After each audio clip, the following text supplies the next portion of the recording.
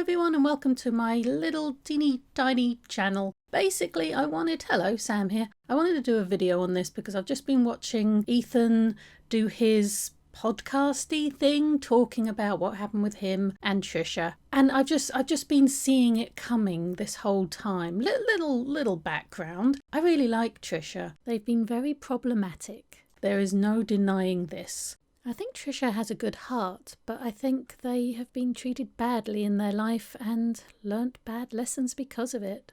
And that's really what I want to talk about, because I think there's reasons why they're acting this way.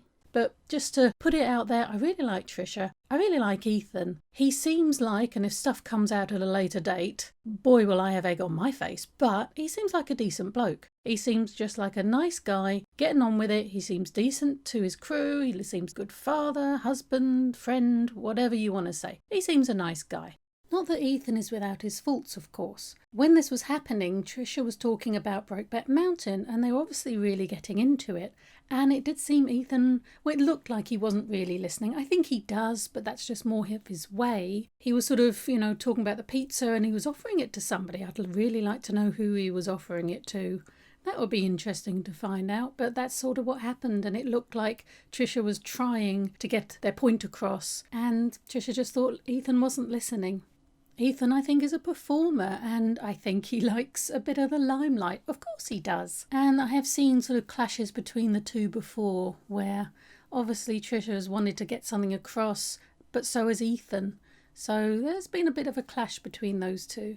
Now in this video I'm going to look at why I think, or one possible reason why I think Trisha's acting this way. And it's something that many of us do many times in our lives. So I think it's valuable to sort of take what's been happening and try and look at it and see what's been going on with them. But obviously I don't know Trisha. I don't know Ethan. I've never met either of them. Surprise. And I imagine a lot of people watching this haven't either. So these YouTubers, they are presenting themselves, but it is a version of themselves. We're multifaceted, and we act in different ways in different situations. It doesn't mean that we're pretending. It doesn't mean we're being deceitful or anything like that. It's just you act differently when saying hello to somebody in a shop than you do lounging around on your couch watching the telly. So on certain aspects we can judge, dare I use that word, YouTubers. But we've also got to take into account that what they present to us may not be the whole them. It can't be the whole them. It is how they are on YouTube. So even though it feels like we know people on YouTube, we can't. Unless you meet someone, unless you sit with them and speak with them over an extended period of time, you can't possibly know them. And even then, it can take years to truly know somebody. So all my opinions here obviously based on what I've seen, what they have said. But I hold back that judgment knowing that I cannot possibly know everything that's going on with somebody. None of us can. So my daughter and I have been watching Frenemies from the very beginning. We have been entranced. We've watched every second of it, occasionally wandering out to get a snack, but pretty much we've watched every second of it, and we've watched this change. I think between both of them, they have both changed throughout this. Ethan, I think, was very judgmental about Trisha. Trisha puts stuff out there, acts a certain way, presents themselves in a certain way. When people do that, you can't help sometimes but take on board the face value that that person gives you. And I think Ethan did, and I think he was very judgmental and having a go at someone he obviously didn't know about over their photos and stuff. It was a bit mean. I think he's admitted, he said, yeah, it was a bit mean. And I think it's been good for him to get to know Trisha and just learn a bit more about them. And I think it's been good for Trisha to be around nice, normal, if that's even a thing that exists. I don't think it does. But just nice people who want to do a job, get it done, do it to the best of their ability and create something. And I don't think they've been used to that. I don't think they've been used to that kind of professional environment. Again, I don't know Trisha.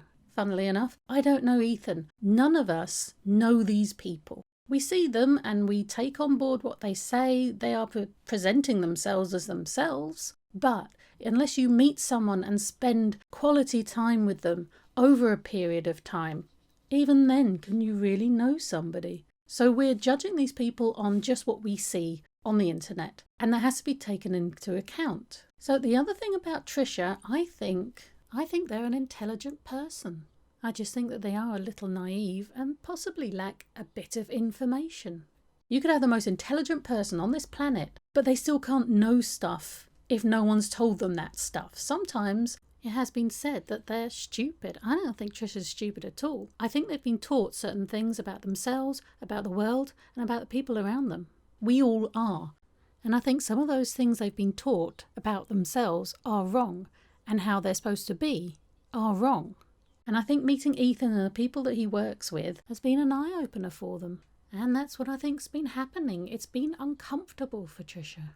Now, a lot of what Ethan said was about money and about this 5%. You know, he takes an extra 5% to pay for the crew, to pay for the background, to pay for microphones. I'm actually a therapist, hello. I'm actually sitting in my office, but I bought myself a microphone. I've bought that blinking Elgato thing so I can record myself playing Animal Crossing. Go see my other channel. It's fun. Anyway, I have a teeny tiny little setup and I have spent money on it. I can't even imagine everything that they've done, how much it costs. So on that level, personally, I'm on Ethan's side. It does seem, for as much as we can know from what he said and what they've said, again, how can we know, but what they presented is he's put a hell of a lot more monetary wise into this, so he should get that 5%. That is just my opinion. I think Trisha is perfectly intelligent enough to know how much money all this stuff costs. They've been doing this for a very long time. And because of that, I think Trisha knows what they've asked for is unachievable. And so that leads me to the point of this video. We get taught things growing up from, our parents, our teachers, from adverts, from movies. We're told this is your pigeonhole, go and sit in it. This is what you are, this is what the world is, this is what other people are. And from the small amount I know of Trisha, they have not been treated well. They have not been taught that the world is a good, safe, kind place, that people are good, safe and kind. And I think what's happened is they've come across Ethan and the crew, just perfectly nice, normal people wanting to just, let's do a good job and go home. I don't think they're used to that. I don't think Trisha's been with good people. David Dobrik. And sometimes when what we see and what we get doesn't match our inner belief system, what we believe we deserve, we will push at it. We will try and sabotage it. Self-sabotage. Sometimes when we come across people that don't treat us the way we feel is normal, the way we feel we deserve, we will push at them. And we will push so hard that eventually they leave us, thus proving ourselves right. Us human beings, we want 3 things in life. Well, we want a lot, but basically we want 3 things. We want to be right, we want to be in control, and yes, we want to be happy, but we will forego happiness for those first 2 things. If you imagine falling down a void, a bottomless void, and you're surrounded by cliffs, you would grab hold of anything you could to stop yourself falling, even if it was jagged rocks that cut into your hands. You would hold on for everything that you had. And the subconscious is like that. The subconscious wants an answer. It wants to know what to do, how to act, what is going on. And in lieu of a proper answer, it will look for the first thing it can. And if you've been taught certain things about how people are and how you deserve to be treated,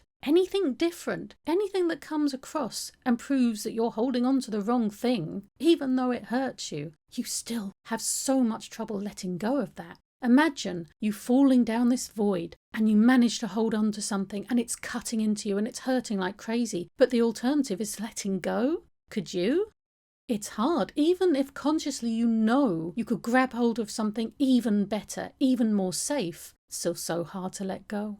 And we can all find ourselves in this position, and this is what I think, in my little wisdom, is happening with Trisha. I think Trisha's been shown a different group of people who like Trisha, and Trisha likes them.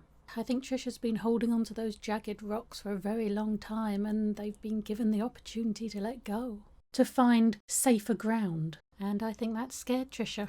If we don't believe that we deserve good people and good things, we will self-sabotage and we'll push them away. And everybody has their limits, and everyone deserves their limits. There's no more that Ethan needs to take from somebody who I think has hurt him, and so that person eventually leaves you and you go, see, I was right. You were also in control. That's the other of those two things. You've got to be proved right. See, I am awful. See, I'm not worth it. You also get to be in control of it. See, they're going to leave me. It's going to go wrong. So I'm going to push and push so I was in control of when. And we all do these things. And yes, then you forego that happiness, that third thing that you want. The thing that sometimes you need to let go of those first two to get. Sometimes we need to trust. Sometimes we have to let go and take that leap of faith, leap of hope, whatever word you want to use. And it is difficult. It really is. I'm holding on to my own jagged rocks in many, many ways. Basically, I am hoping they can work this out. But I feel that Ethan has taken enough. I would certainly like to see it come back because it's been incredibly entertaining. And I have seen a change in Trisha from the first. Ethan would just say something. He's obviously a sarky so-and-so. That's English for sarcastic. And I don't think Trisha can take that. And then anything that is said to us, we take that and compare it to what's in our belief system. And even if it was a joke, even if it was something silly, we will search it to take it seriously.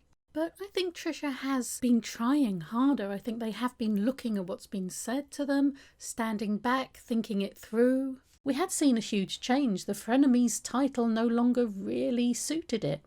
So it is a shame if it is at an end, because I think it's been good for both of them and we certainly enjoyed watching. I hope that they are okay. I hope that they remain friends and they apparently going to be family soon. So there's that as well. We are talking about human beings here. Just hopefully I don't need to say that, but they are people. I'm sure they're both hurting and it's horrid to see. You don't want to see anyone hurting. But anyway, that is the point I wanted to make. If I've rambled on, that's pretty much me. But I think Trisha has been taught throughout their life certain things about themselves. And Ethan has proved that wrong and it is uncomfortable.